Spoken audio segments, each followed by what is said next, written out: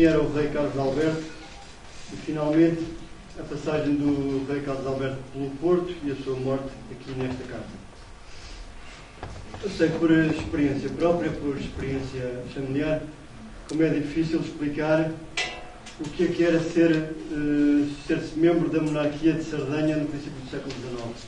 Muitas vezes perguntam qual é a origem da sua família, como é que vieram parar a Portugal. Eu respondo que um antepassado nosso foi cônsul do rei da Sardenha. Então logo perguntam, então a família era da Sardenha? Não, a família não era da Sardenha. Então de onde é que era? Do norte de Itália. Então a Sardenha dominava o norte de Itália. Não, a Sardenha não dominava o norte de Itália, eram os súditos dos duques de Saboia. Depois perguntam, então mas a Saboia é em França ou é em Itália? É em França. Então e qual era a capital? Era em Turim, no Piemonte. Então, o reino era o reino da Sardenha, a dinastia era a dinastia de Saboia, a capital era no Piemonte, mas que barafunda é esta? Ora bem, vamos lá tentar explicar isto. Os Estados, este complexo político que se chamava os Estados do Rei da Sardenha, são uma unidade política que, mesmo pelos critérios do século XIX, já era um caso invulgar.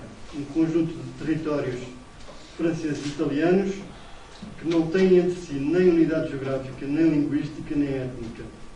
Aquilo que os une é o facto de todos fazerem parte das possessões hereditárias da Casa de Saboia.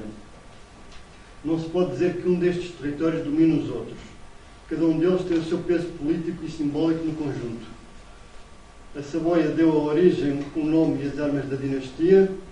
O Piemonte deu a capital e boa parte da classe dirigente. A Sardenha deu o título de rei, por ser o título mais alto dos duques de Saboia. É a terra que dá o nome ao reino, embora constitua a parte mais pobre e mais insignificante desta monarquia. A capital é Turim, na parte italiana, mas na corte fala-se francês e muitos dos grandes dignitários e membros do governo são franceses. Os jornais e almanaques desta época, quando falam desta unidade política, tanto falam do reino da Sardenha como do Piemonte. Muitas vezes dizem o exército piemontês atacou os austríacos, ou outras vezes dizem os sardos combateram contra os franceses. Falam também da monarquia de Saboia, ou com mais rigor, dos Estados do Rei da Sardenha. Este panorama serve para percebermos que não estamos a falar de uma nação no sentido que nos é familiar, no sentido moderno do termo. Os Estados do Rei da Sardenha abrangem a Sardenha, ali em cima a antiga República de Génova, o Piemonte, a capital que é em Turim, e a Saboia, que já é um território considerado francês, embora nunca tenha feito parte da França. A Casa de Saboia, com as suas possessões hereditárias, é uma rara sobrevivência da Europa medieval, de uma sobrevivência da Europa feudal. Resistiu ao movimento centralizador dos grandes Estados nacionais graças à habilidade dos seus príncipes, que sempre conseguiram ser reconhecidos pelas outras dinastias europeias como iguais. Note-se que os duques de Saboia só no século XVIII é que receberam o título de reis, mas desde finais da Idade Média, e mesmo durante a Idade Média, eram tratados como iguais pelos outros reis e casavam com membros das casas reais. Basta lembrar que houve 2 reis portugueses que casaram com uma princesa de Ramos II da Casa de Saboia. Foi a Rainha Maria Francisca de Saboia e Namur. Enquanto os grandes feudatários da coroa francesa, como os condes da Flandres, os condes d'Artois, os duques de Borgonha, os delfins de Viena, foram sendo absorvidos pela força ou pelo casamento nas grandes monarquias europeias ao longo dos séculos XIV e XV, os condes e depois duques de Saboia conseguiram preservar a independência dos seus estados e a continuidade da dinastia.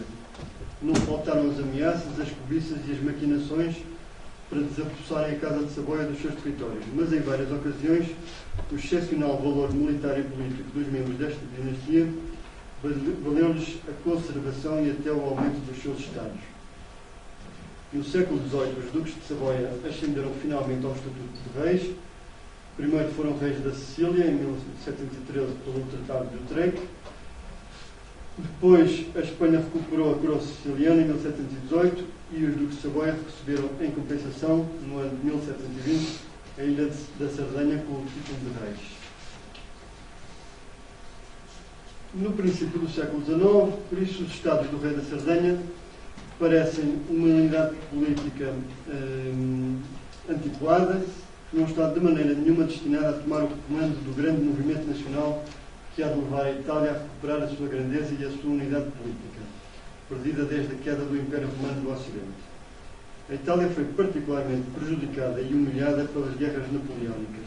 As cidades e os campos italianos foram repetidamente ocupados por exércitos europeus, que se portaram como ocupantes, que trataram o território italiano como terra de passagem, e Napoleão particularmente usou a Itália como o seu objeto predileto para a criação de reinos, vice-reinos, principados, ducados e apanágios que ele deu e tirou aos seus irmãos, aos seus enteados, aos seus marechais e ministros. Os italianos, por isso, tinham, neste princípio do século XIX, uma forte consciência da necessidade de unir a sua desgraçada política. O sentimento estava largamente espalhado, muitos italianos aspiravam à unificação, mas o meio para lá chegar não recolhia a unanimidade. Na sua maior parte, os patriotas italianos não acreditavam que as monarquias instaladas na península fossem a solução. Todas elas eram de origem estrangeira, só a Casa de Saboia podia invocar o seu caráter italiano. E mesmo este era duvidoso, não apenas por questões históricas, mas sobretudo porque os seus territórios se estendiam para fora da Itália. As outras monarquias estavam nas mãos de ramos segundos das casas de Borbão e Habsburgo e não pareciam ter uma política centrada nos interesses de Itália. As soluções mais plausíveis para a unificação da península pareciam ser ou a de uma federação de Estados, presidida pelo Papa, que era a solução defendida pelo Bardo de Gioberti, ou a criação de uma república, solução propagada pelos grupos de Mazzini, Jovem Itália, ou de Garibaldi, que criam um modelo sul-americano de república. Este panorama, no entanto, vai mudar completamente durante o reinado de Carlos Alberto. Carlos Alberto foi o rei que transformou a política italiana numa política decididamente italiana, a política dos Estados da Sardanha, numa política decididamente italiana, e que mudou completamente o panorama político de Itália. Quem era este rei Carlos Alberto? Carlos Alberto nasce em 1798, em plena época da Revolução Francesa, nasce como membro de um ramo segundo da Casa de Saboia, filho dos príncipes de Carignan, e quando ele nasceu não parece destinado a reinar. O ramo principal da Casa de Saboia tem 4 ou 5 membros masculinos, todos com idades entre os 30 e os 40 anos, por isso a sucessão deste ramo principal da Casa de Saboia parece assegurada, e o parentesco deles com os príncipes de Carignan é muito afastado. O nascimento de Carlos Alberto coincide com um dos momentos mais graves da história da dinastia de Saboia. As possessões de terra da Casa de Saboia estão ameaçadas por todos os lados por repúblicas revolucionárias, a República Cisalpina, a República Ligure, a República Francesa, que têm uma política muito agressiva, têm exércitos aguerridos, e poucos meses depois do nascimento do príncipe, os territórios do Reino da Sardanha são invadidos. A Casa Real foge para a Ilha da Sardanha e os príncipes de Carignan permanecem no território de terra no Piemonte, assistem à invasão francesa e são levados para a França, onde, passados 2 anos, morre o pai de Carlos Alberto. Por isso, o Carlos Alberto, desde muito novo, ficou sem pai. O jovem príncipe de Carignan foi criado como um aristocrata destinado à carreira militar. Não foi criado como príncipe e muito menos como príncipe herdeiro. Começou uma carreira militar precoce e em 1814, quando Napoleão foi derrotado, Carlos Alberto tem 16 anos e é tenente do exército francês. No Congresso de Viena, a Casa de Saboia saiu reforçada, não apenas recuperou todos os seus estados, mas ainda ganhou todo o território da antiga República de Gênova. Carlos Alberto vai viver para Turim e nessa época já começa a ser visto como um possível sucessor do trono, dada a falta de descendência masculina dos seus primos.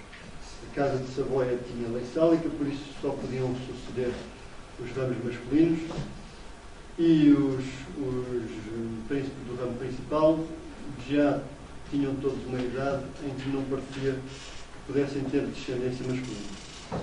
Em 1821 instala uma revolta no Piemonte e o nome de Carlos Alberto vê-se associado ao movimento rebelde.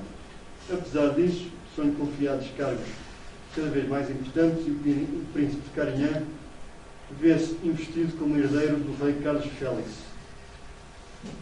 Em 1831 morre o rei Carlos Félix e começa o reinado de Carlos Alberto. Nos primeiros anos, manifesta uma nítida inclinação pelos regimes defensores das monarquias tradicionais. Apoia os miguelistas em Portugal e os carlistas em Espanha. Depois da Guerra Civil, recebe o rei Dom Miguel nos seus estados, permite a publicação do manifesto de Dom Miguel, dos manifestos dos direitos de Dom Miguel, mostra-se de todas as maneiras partidário das monarquias tradicionais. No entanto, a sua política vai evoluindo num sentido cada vez mais orientado para a unidade de Itália, e na década de 1840 Carlos Alberto percebe que para atrair a si os patriotas italianos, todos aqueles que sonham com a unidade italiana, é preciso dar uma feição mais liberal ao seu reinado. Muitos discutiram os motivos da transformação ideológica do rei, mas, na minha opinião, o enigma ganhará certamente em clareza se o virmos à luz da ideia de engrandecimento da Casa de Saboia e da ambição de encabeçar a causa italiana. Em 1847, Carlos Alberto decretou a liberdade de imprensa, aboliu vários privilégios fiscais e reorganizou a justiça nos seus estados. Em março de 1848, deu aos seus povos o Estatuto Fundamental, que foi uma Constituição que instituía um regime parlamentar. Estas reformas concentraram todas as atenções dos povos italianos sobre o rei da Sardenha, que parecia revelar-se o mais liberal dos soberanos italianos e, ao mesmo tempo, o mais italiano dos reis de Itália. Nesse ano de 1848, um vento de revolução varreu a Europa. Em Paris, Viena e Berlim instalaram revoluções. Os italianos não ficaram imunes ao sopro revolucionário. Em Milão, que estava submetido à monarquia austríaca, instalou também uma revolução contra a Áustria, contra a monarquia dos Habsburgo. Os revoltosos proclamaram-se livres do jugo estrangeiro e declararam-se súbditos do rei da Sardenha. Carlos Alberto, seguindo um ímpeto de entusiasmo, sem consultar as condições do seu reino, tomou a iniciativa de socorrer os povos revoltados contra o Império Austríaco. Os Estados-Chardes não estavam preparados para uma campanha daquela envergadura e, por isso, a guerra de 1848-49 foi uma sucessão de derrotas para Carlos Alberto. Foi vencido pelo exército austríaco, comandado pelo Marechal Radetzky, nas batalhas de Goito, Custoza e Novara. Em 23 de março, dia da Batalha de Novara, Carlos Alberto, vencido pela terceira vez, perdeu todas as esperanças e decidiu abdicar a sua coroa no filho de Vítor Manuel II para facilitar as negociações de paz com o Marechal austríaco. Nesse mesmo dia, Carlos Alberto abandonou Novara, abandonou o campo de batalha, decidido a seguir para o exílio e levar uma vida de simples particular. Ele abandona o campo de batalha acompanhado de 2 criados e não diz a ninguém para onde é que se dirige. Segue viagem, uma viagem acidentada em carruagens alugadas e de cavalo, percorre toda a França, todo o sul da França, percorre Espanha e, a partir do princípio de abril, já se sabe que ele se dirige a Portugal.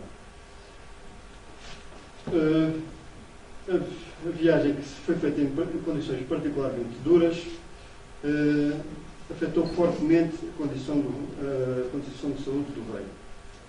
Quando chegou à Galiza, já estava de tal maneira cansado que os criados tiveram que levar em braços para subir as escadas de uma hospedaria em Vigo. No caminho, Carlos Alberto foi sempre recebido com um acolhimento caloroso, tanto das autoridades como dos povos dos lugares onde passou. Em toda a parte lhe ofereciam palácios para ficar e condições muito acolhedoras para se instalarem nas várias terras, mas Carlos Alberto, que era uma pessoa esquiva por natureza, mais esquivo se mostrava nesta ocasião, prostrado fisicamente e moralmente procurava a solidão e o descanso. O governo espanhol propôs que se fixasse em Madrid, mas Carlos Alberto não aceitou. Queria viver longe das polpas da corte. Em Portugal sabia-se que o rei Carlos Alberto se dirigia para o Porto. A notícia provocou, ao princípio, um certo alvoroço nos meios políticos. O Partido Cartista não viu com bons olhos a chegada de um herói do Partido Revolucionário italiano. Portugal acabava de sair de uma guerra civil e tudo o que pudesse vir dar força aos ânimos exaltados era olhado com desconfiança. Mas o sentimento que prevaleceu foi de calorosa hospitalidade, pois o nome de Carlos Alberto estava rodeado de uma aura de simpatia, dado o seu sacrifício na Guerra da Independência Italiana, e as condições em que tinha abdicado e a simplicidade da sua atitude depois da derrota de Navarra.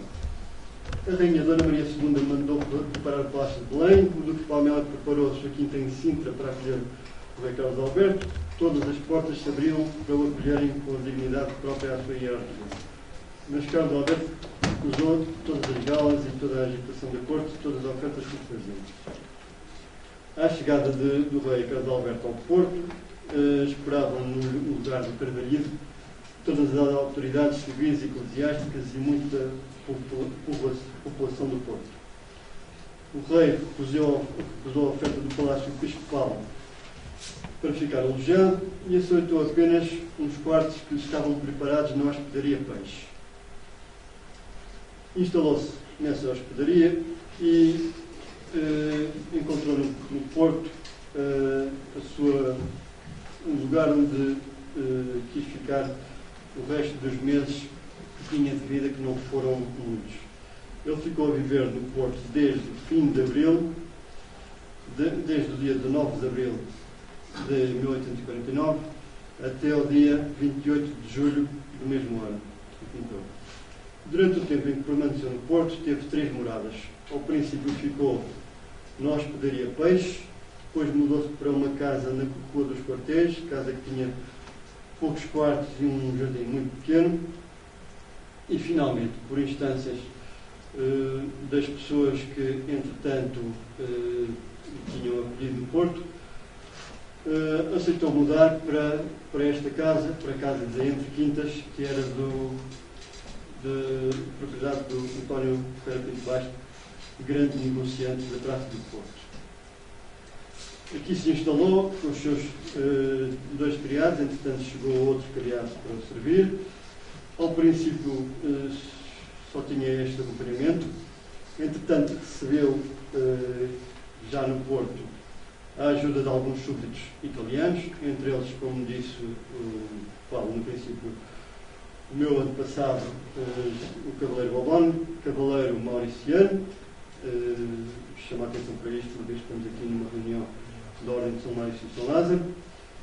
O rei aceitou os serviços deste Cavaleiro Mauriciano, em parte porque era uma pessoa que já tinha sido apresentada ao rei em várias ocasiões, tinha sido cônsul da Sardenha em Portugal e porque era uma pessoa que já vivia em Portugal desde há várias décadas, tinha casado com uma portuguesa e por isso sabia perfeitamente de intérprete e de intermediário entre o rei e a população do Porto. Prestou-lhe vários serviços. O rei teve uma vida muito recatada, apesar de o Cavaleiro Bobone ter comprado um cavalo, o rei raras vezes saía desta casa, dava poucos passeios pelo jardim. No Porto vinham visitá-lo o seu confessor, que foi o padre Peixoto Salgado, escolhido em parte porque era um padre que falava muito bem francês, o rei precisava de um padre confessor que falasse bem francês. Também recebia de vez em quando o bispo do Porto, o governador civil, o governador militar. Entretanto, foi recebendo também algumas representações de autoridades italianas, vieram ao Porto quase em peregrinação, porque o Carlos Alberto, entretanto, tinha se tornado o herói da Guerra Italiana, vieram cá visitá-lo uma representação da Câmara dos Deputados e outra do Senado. Entre eles vieram alguns políticos que vieram a ter muita importância na década seguinte, entre eles o cavaleiro Luigi Cibrario, que foi ministro várias vezes na época do Risorgimento. Veio também o deputado Urbano Ratazzi, que veio a ser mais tarde primeiro-ministro e que foi o responsável pela união parlamentar entre a esquerda e a direita do Ponte Cavour. Todos eles vieram manifestar ao rei Carlos Alberto a sua admiração pela nobre conduta do rei. Veio também, já no fim de junho, um primo do rei, que era o príncipe Eugênio de Savoia, mas a vida do rei era cada vez mais recatada e todos eles notavam que a saúde do rei estava a decair. O rei já, desde há vários anos, tinha uma doença de fígado que o atormentava de vez em quando. As condições duras da campanha de 1848-1849 ainda pioraram essa situação e ainda mais a viagem que fez desde Novara até ao Porto.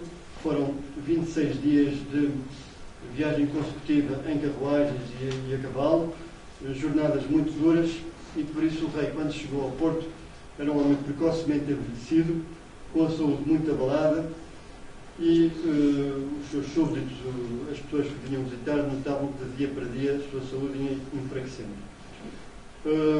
O rei contratou um médico no Porto, que era o Dr. Assis, mas como a saúde dele se agravava a olhos vistos, mandou-se vir um médico italiano, um médico que já era médico dele em Itália, o Dr. Ribeiro, que aliás depois escreveu um diário dos últimos dias do rei Carlos Alberto.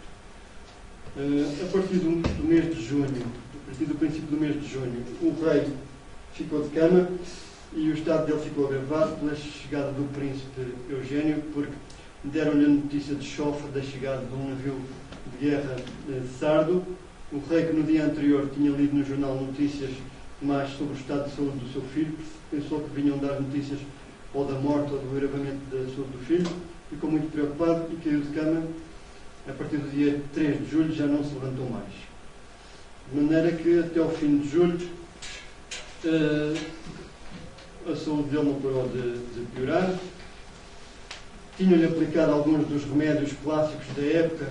Logo que ele chegou ao Porto, fizeram-lhe uma aplicação de sanguessugas, que era a panaceia da época, para curar todas as doenças. Pareceu melhorar um bocadinho ao princípio, mas depois, naturalmente, o estado dele ainda piorou. Entretanto, a figura do rei tinha se tornado muito popular no Porto.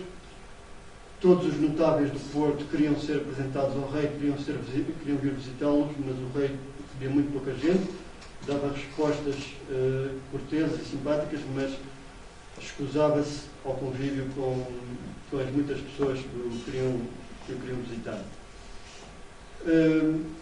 A modéstia e o heroísmo do rei concitaram as simpatias gerais da população portuguesa, de maneira que a preocupação pelo estado de saúde do rei era generalizada. Finalmente, no dia 28 de julho, durante a Constituição Geral, o rei Carlos Alberto morreu no Porto. As cerimónias do enterro do rei foram grandiosas. Toda a população do Porto assistiu às cerimónias, que foram cerimónias com um grande aparato, militar e grande aparato com todas as autoridades civis. O rei ficou provisoriamente depositado na sede do Porto até setembro. Em setembro vieram ao Porto 2 navios de guerra sardos, que vieram buscar o rei para fazer a transladação. Outra grande cerimónia, a cerimónia de transladação dos restos mortais do rei. Depois foi para Turim, onde também houve cerimónias muito grandiosas do enterro do rei. Interessa-nos agora saber quais foram as consequências da aplicação de Carlos Alberto do seu modesto exílio no Porto. Do ponto de vista da história italiana, o efeito psicológico e simbólico destes últimos meses de vida do rei Carlos Alberto foi crucial. O fim de Carlos Alberto comoveu profundamente a opinião pública, não só de Itália, como dos vários países da Europa. A causa italiana encontrou finalmente o seu herói aquele que passou a ser designado como o Rei Mártir. A monarquia dos Saboias viu-se definitivamente identificada com a Guerra da Independência, tornou-se definitivamente popular em toda a Itália e os Estados sardos, unidos no culto do infortunado monarca, ofereceram nos 10 anos seguintes o espetáculo raro de uma nação unida na consciência da sua missão. A sua missão era completar a obra do rei Carlos Alberto, preparar a desforra, dar corpo à unidade italiana. Os políticos e os diplomatas ao serviço da monarquia sarda cumpriram com exemplar habilidade todos os passos necessários para erguerem a Casa de Saboia à cabeça da nação italiana. O conde de Caburgo fez uma aliança com a esquerda parlamentar, negociou tratados de comércio com todos os Estados da Europa, recrutou um poderoso exército profissional, conseguiu que a Inglaterra e a França reconhecessem o rei da Sardenha como o seu interlocutor privilegiado em todas as questões que dissessem respeito ao futuro de Itália. 10 anos depois da Batalha de Novara, os Estados sardos tinham reunido as condições económicas, militares e diplomáticas para derrotarem a Áustria, com a ajuda da França, e depois dela, todas as outras monarquias italianas. A habilidade e a firmeza de propósito que caracterizam esta década dourada da história italiana, chamada a década do ressurgimento, muitos devem ao choque psicológico criado pelo infortunado fim do rei Carlos Alberto. A cidade do Porto ganhou um lugar destacado no roteiro sentimental do patriotismo italiano. Depois de fazer esta breve introdução pela história do rei Carlos Alberto, do seu fim no Porto, queria mostrar-vos um objeto que pertenceu ao rei Carlos Alberto, que é uma faca de cortar papel, faca que foi dada ao cavaleiro Bourbon, já depois elevado ao título de barão, foi-lhe dado pela rainha viúva, a viúva de Carlos Alberto, que quis dar uma mostra de gratidão pelos cuidados que ele tinha tido com o seu marido. A acompanhar esta faca veio uma carta do conde de Castagneto, camarista do rei Carlos Alberto, que dizia o seguinte, já traduzido: Excelentíssimo Senhor Barão, apenas chegado à hospitaleira terra de Portugal, o magnânimo Carlos Alberto, a quem aquela generosa nação, com grande gentileza, oferecia as mais respeitosas homenagens, sentiu todavia faltar-lhe a maior das consolações, a presença dos seus mais queridos. Este primeiro conforto recebeu-o ele de Vossa Excelência, Sr. Barão, que, filho da mesma pátria, soube merecer-lhe as simpatias e tornar-lhe menos triste os dias do exílio. Augusta Viúva, Rainha Maria Teresa, no momento em que Vossa Excelência está para tornar para os sítios objeto das suas amarguradas e preciosas recordações, quer que leve consigo uma lembrança do ilustre extinto e que, como tal, a receba da Real Família.